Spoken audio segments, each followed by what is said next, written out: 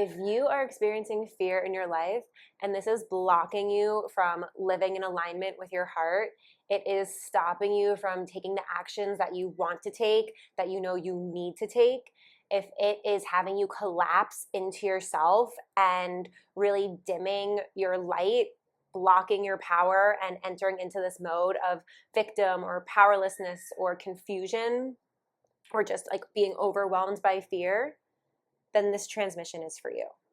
And that means this transmission is for everyone because we all experience fear. Fear is a universal truth. It just like any emotion, anger, grief, joy, bliss, like fear is in there. And so this transmission, my intention is to share with you a really direct way and a new way that you can begin relating to your fear so you can alchemize it so much quicker and really get back into your heart, into your truth, into the way that you want to be living in this world as your authentic self. So to begin, I want to really identify that I see there are two types of fear. There's survival fear and there's growth fear. So survival fear is that very physical, biological based fear where it is for survival. Like, will I live or will I die? This is the kind of fear that you would feel if you were about to jump off a cliff or if someone is attacking you. You know, it's like, am I going to survive? Am I going to live? Am I going to die? That's not the fear that we're going to be talking about today. The fear that we are talking about today is about growth. It's the fear that we have connected to our own growth and to our own power. So this can show up in a myriad of ways, from really small, sneaky, kind of insidious ways that fear can take over us to the really big ways that are very obvious. Like, you can probably name some ways that you're experiencing fear right now in your life. And they're probably these like bigger things. But I'm going to list a few, and you can just to start getting the wheels turning of how is this showing up in your life. So for example, this might be you have the fear of expressing your emotions to your partner because you're scared of how he's going to receive you. It might be the fear of sharing a desire with your partner because you don't know how he's going to receive you, or it just feels edgy because you've never done that before and it's quite vulnerable. This can be the fear of saying no to your friend or to your mother, you know, that kind of people-pleasing aspect. It could be the asking someone for help. You might have fear to ask your friends or your family for help. It could be the fear of speaking up in a work project because you're finding something's out of integrity or it seems unethical. It could also be the fear of sharing a creative idea in work or doing something new with your business that you've never done before because of the unknown within that, and it's something new. So, right, there's so many different variables of where we can experience fear and how we can experience fear. Those are some of the big ones. And what's really important, what I'd love for you to do actually, is to just take a moment and even pause this recording and maybe write down 5 to 10 areas and experiences in your life in the past week where fear has come up and it has stopped you from doing what you knew was true and in aligned with your heart, with the truth of the moment. And then come back to this. The reason it's important to begin noting where fear is winning and where it is stopping you in your truth is because now when those moments come up, you are going to have so much clarity of like, oh, this is the fear in action in real time. And that gives you a lot more power to act differently. Because one thing I've noticed in my own life is sometimes like I'm not even aware of the fear until the moment has already passed. And then it's like maybe it's 2 minutes later or maybe it's 3 hours later. I'm like, oh, whoa, like I didn't do that thing or say that or whatever because there was fear. And so when we already know where we're playing out in patterns of fear, that is probably 80% of the work to allow us to act differently in the future. So once you know kind of where those are in your own lives, it's going to be like there's like an alarm that's going to go off in your body, in your mind, in your heart the next time that scenario presents itself. So that gives you so much power right away to begin working with fear. The other major piece around working with fear and shifting your relationship to fear is not expecting to never have fear. As I said, like there's always new fear there's always different levels of fear when you're evolving, because this is stretching your nervous system into something that is foreign, is different. And so fear is actually very natural and very normal, and can even be a healthy indicator that you are stepping into a new expression of yourself. It is stretching yourself. You are growing in a way that's unfamiliar. So it's normal for fear to be there. And so when you learn how to work with it, this will give you power in each dimension that you keep expanding into. Because as I said, you're going to keep meeting fears as long as you live. And if you never meet fear again, like, share your secrets with me. I'm not necessarily trying to never have fear. It's just like, okay, fear is a part of the human experience. So what is my relationship going to be to it? So the biggest tip that I've learned with fear is to neutralize it. So everything only means what we make it mean. So we could be like, oh, there's fear here, and this means that, you know, I'm not enough, or I'm scared, or it's not going to work, or I shouldn't do it, or like X, what, name whatever story you insert with the fear, right? You make it mean something. You make it mean that you shouldn't do the thing. Because most often times, like, our fear is connected to a fear of rejection, to a fear of embarrassment, to a fear of vulnerability, a fear of intimacy. Like, we could go down the rabbit hole of what your fear actually is. It usually comes down to the core of like not being loved in some way, right? And so we don't need to really go down the therapy rabbit hole of fear, because that's not going to help you. You could psychoanalyze yourself all day and be like, oh, well, I have this fear because, and this is what the fear means, and this is why I have it from these past experiences, and you can ask why and how and all these things, and you're going to loop. It's really not serving you that much to go into all the history around it, because the fact is like, fear is here. So what do you want to do about it? This is like the very direct way that I'm sharing with you to relate to your fear. So the fear only means what you make it mean. And really the question becomes is, fear is here. What do I want to do? And it's the classic phrase, the cliche of like, feel the fear and do it anyway. Because that is the initiation into your power. So it's actually okay that you're feeling fear. It's great that you're feeling fear in some ways, because that means you're stretching yourself. That means you're trying something new. That means you're doing something different, and you don't necessarily have the vagal tone around that, which is like another way of saying you don't have like the nervous system strength.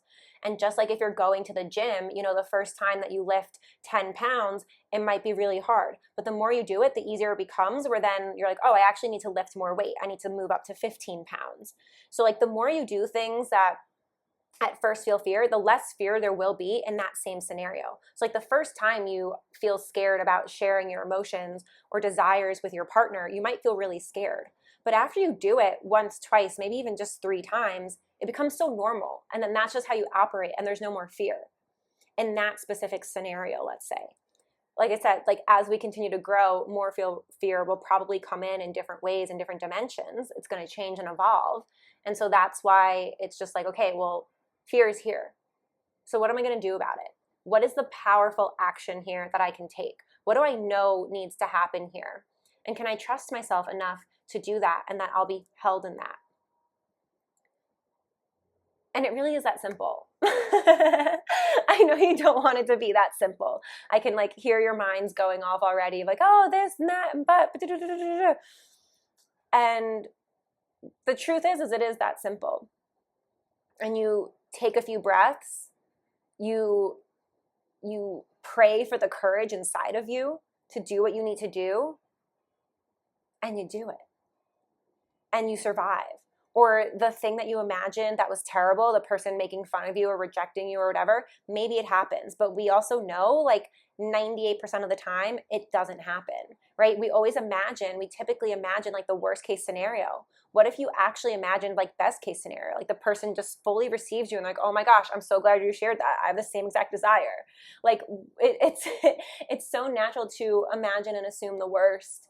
And as you know, if you look in your own history, you've probably imagined millions of scenarios of things going poorly, and those have never happened. And even if you can be like, oh, well, actually, Serena, I can point to this thing and it did happen. It's like, if you want to let that one thing stop you moving forward, you can.